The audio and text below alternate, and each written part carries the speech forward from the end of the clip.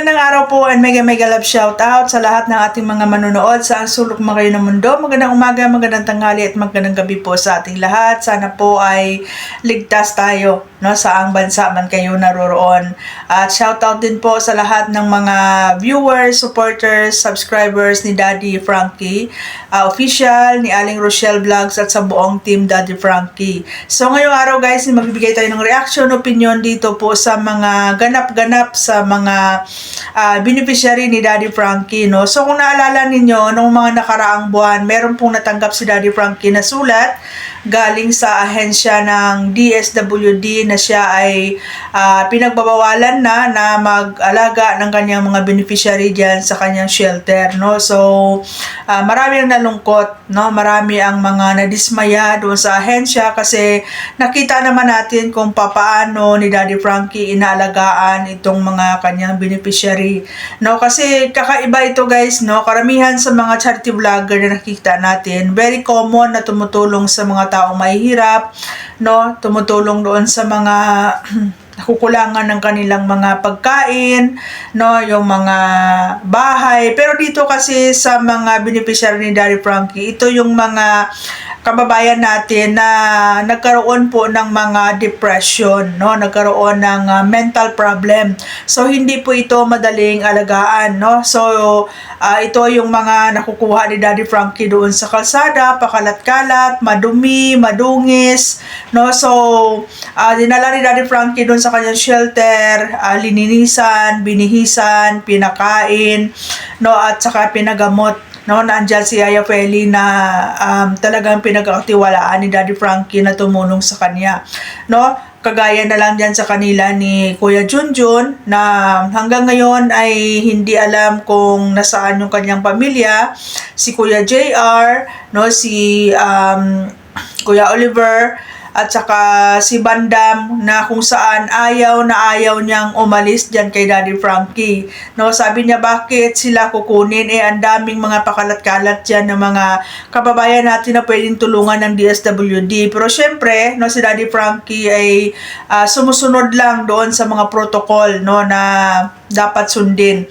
So ngayong araw, no, ang isa sa mga nakakalungkot, no, na pangyayari, no, at halos yung mga viewers ni Daddy Frankie ay naiyak dahil ito yung araw na kinuha na talaga sila ng DSWD diyan sa shelter ni Daddy Frankie. So walang naiwan diyan sa shelter, no. So nakakalungkot guys, no, kasi nakita naman natin, no, kung papaano ni Daddy Frankie talaga inalagaan hanggang sa minomonitor talaga yung pag-inom nila ng gamot. Kasi yung mga ganyang klaseng gamutan, kailangan talaga i-monitor mo kasi once na mag-lapse lang kahit isang araw yung gamot ay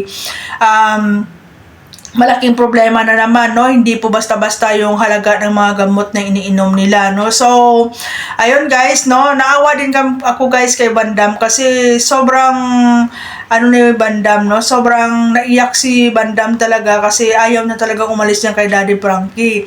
And yun din yung isa sa mga iniisip ko na baka pagdating doon sa facility ng DSWD ay aalis si Bandam, no, kasi dyan kay Daddy Frankie ay malaya po siyang makaalis dyan pero bumabalik din po siya, no. Si Bandam siya mismo yung lumapit kay Daddy Frankie para magpaampon, no, at talagang alam niya, no, sa sarili niya na ay naalagaan siya dyan. Sabi nga niya is maganda yung kalagayan niya dyan, nagbago yung buhay niya, at saka talagang pinapakain sa tamang oras, no. So eto din yung iniisip ko doon sa ibang mga beneficiary ni Daddy Frankie na baka pagdating doon sa facility ay iba yung treatment sa kanila, no, at hanap-hanapin nila yung kung paano sila inalagaan niya sa shelter ni Daddy Frankie, at baka hindi nila magustuhan, no, baka umalis sila doon at manumbalik na naman doon sila sa kalsada or sa pakalat-kalat. Kasi kung basihan natin, yan yung nangyari doon sa mga beneficiary din ni Benz TV na kinuha sila doon ng DSWD, no, and then malaman-laman natin yung mga beneficiary bumalik doon sa kalsada, no. So sana, no, hindi mangyari yung nangyari doon sa mga beneficiary ni Best TV dito sa beneficiary ni Daddy Frankie, kasi sayang yung nasimula ni Daddy Frankie na gamutan para sa kanila. Kumbaga andoon na sila doon na sila sa malapit na sila doon sa masasabi nating babalik sila sa normal nilang buhay, no? Magkakaroon sila ng panibagong pag-asa, no, at panibagong buhay. So sana, no, may pagpatuloy yon ng ahensya at talagang mabigyan sila ng atensyon, no, lalong-lalo na doon sa medical, no, na hindi po masayang yung sinimulan at pinaghirapan ni Daddy Frankie. So nakakalungkot guys, no, halos lahat ng mga nanonood naluluha talaga, no, kumbaga parang nasasayangan sila, no? Andoon din yung katanungan na bakit parang ipinagkait kay Daddy Frankie ang pagtulong at pag-alaga diyan sa mga tao na yan na, no, ilang taon silang pakalat-kalat, no, na walang tumutulong sa kanila. Kung kailan na natulungan na ni Daddy Frankie, kung kailan na simulan na ni Daddy Frankie yung pagtulong, saka pa siya pinag-iitan, no, ng ahensya ng gobyerno. Pero sabi ko nga, wala tayong magagawa kasi being abiding citizen dito sa bansa natin, kailangan natin sumunod sa mga batas, no, at sa mga protocol ng ating gobyerno, and hoping na, no, kung kailangan na i-comply ni Daddy Frankie yung mga dapat i-comply para bigyan siya ng pahintulot na maibalik sa kanya yung mga beneficiary niya, at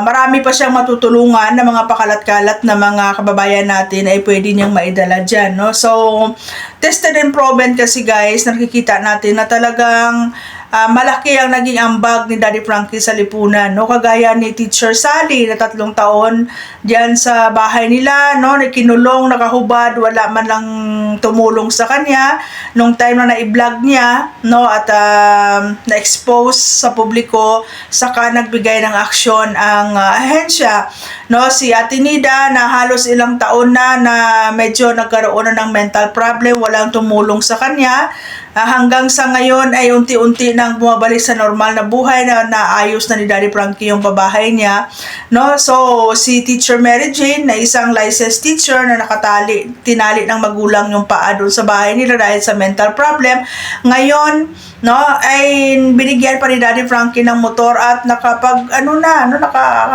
nakakapag-drive na si Teacher Mary Jane, na talagang nakakausap mo na talaga siya ng maayos, no. Unti-unti na siya bumabalik doon sa dati, no. And then si Angela, ngayon nalaki ng improvement. Si Ate Dangdang na naghahabulan pa sila dati, no, hindi mo makakausap, ngayon magaling na si Ate Dangdang, no. Si Ate Tintin na dati pakalat-kalat din, ngayon nakabalik sa pamilya niya, no. So si Kuya Oliver na halos 2 dekada na nakulong doon sa kanyang kulungan, lumalangoy sa sarili niyang dumi, walang pumapansin, walang tumulong. Pero nung natulungan ni Daddy Frankie, ngayon tumaba na, malinis na, nakakausap mo na, no. So saka lang napansin ng gobyerno. So nakakalungkot guys, minsan, no, mapapatanong ka na lang or masasabi mong bakit, no. Pero ako naniniwala na naman ako kasi na everything happens for a reason. So kung ano man yung mga dahilan, may purpose, no. So yun lang, no, abangan natin guys kung ano pa yung mga mangyayari.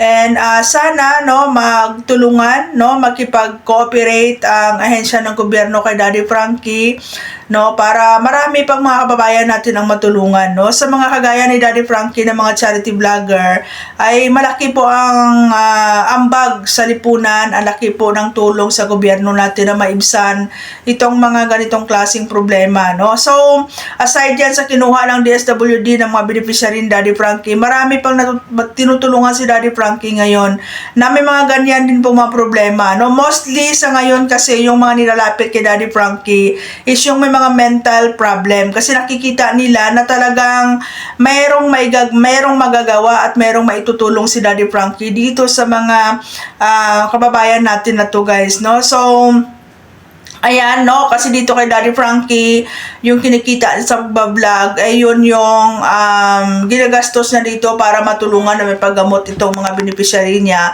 And merong ding mga nagbibigay ng mga sponsors, no? So, sana doon sa DSWD ay mabigyan nila ng tamang financial assistance, no? Para po maipagpatuloy yung gamutan. Kasi para sa akin, guys, nanghihinayang talaga ako, no? Although na, yes, may ano naman tayo, may tiwala naman tayo dito sa ahensya ng gobyerno kasi sa totoo lang may mga funding naman talaga dyan, no? Kaso lang pag sa gobyerno kasi minsan ang hirap na mag-release ng budget, no? So, alam ko may tiwala ako dyan pero yung nasa isip ko kasi sayang yung nasimula ni Daddy Frankie. Sayang yung tawag dito, yung improvement na nakita natin dito sa beneficiary kung hindi po talaga mabigyan ng tamang atensyon, no? So, ayan. Pray lang po tayo na maging okay sila ni Kuya Junjun, ni Kuya JR, ni Kuya Oliver, ni Bandam, no? Pero si Kuya Oliver siguro, pag natapos na yung bahay niya, ay pwede na siyang kunin ng pamilya niya or kahit nga ngayon pwede na siyang kunin ng pamilya niya, diba? Kasi medyo okay na si Kuya Oliver, kailangan na lang niya i-maintain yung kanyang gamot, no? So, ayan, and from time to time, nandyan pa rin naman si Daddy Frankie na nakamonitor. And I hope din na pwede si Daddy Frankie makadalaw-dalaw doon sa kung saan sila dalhin facility and makikita pa rin natin, guys, sa kanyang vlog. Kasi sa totoo lang, no?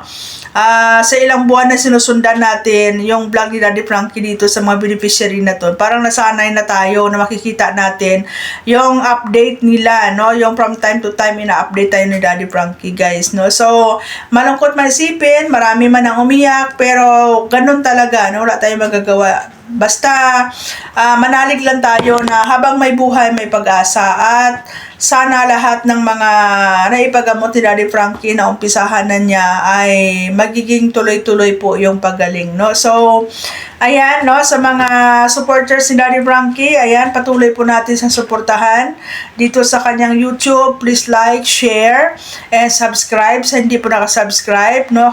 Kasama si Aling Rochelle Vlog sa buong team Daddy Frankie.